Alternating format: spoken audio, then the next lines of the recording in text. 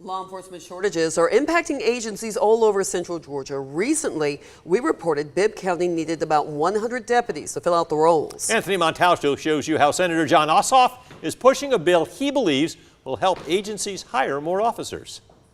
Senator Jon Ossoff says the goal of his bipartisan bill is simple, upping the federally funded cops hiring grant by 50% to allow law enforcement in Georgia and across the nation to retain and recruit new officers. Police chiefs and sheriffs across Georgia have told me about the difficulty that they're having hiring and retaining personnel. Difficulty Monroe County Sheriff Brad Freeman knows all too well. We only have 90 and we're 15 short. About 86% of a full department. You're just overworking your people. You're paying a lot more in overtime, and your people are just kind of taxing their limitations. Senator Ossoff hopes his bill, filed with Tennessee Republican Marsha Blackburn, can help departments like Freeman's. This is a 50% increase in the annual allocation from Congress for these cops hiring grants. Last year, Congress awarded nearly $140 million in cops grants to 180 departments nationwide.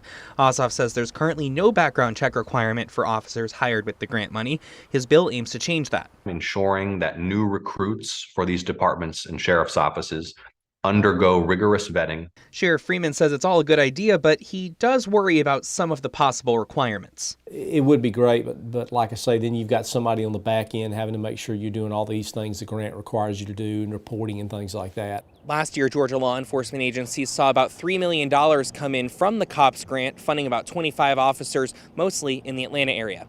In Monroe County, Anthony Montalto, 13 WMAC News.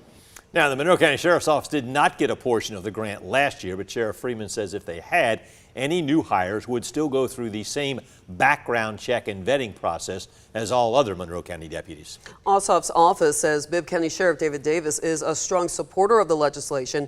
In a news release, Sheriff Davis said in part, quote, "As leader of one of the largest local law enforcement agencies in Georgia, it is essential for me to be able to hire capable and professional deputies. This proposal will help achieve that goal." In an effort to hire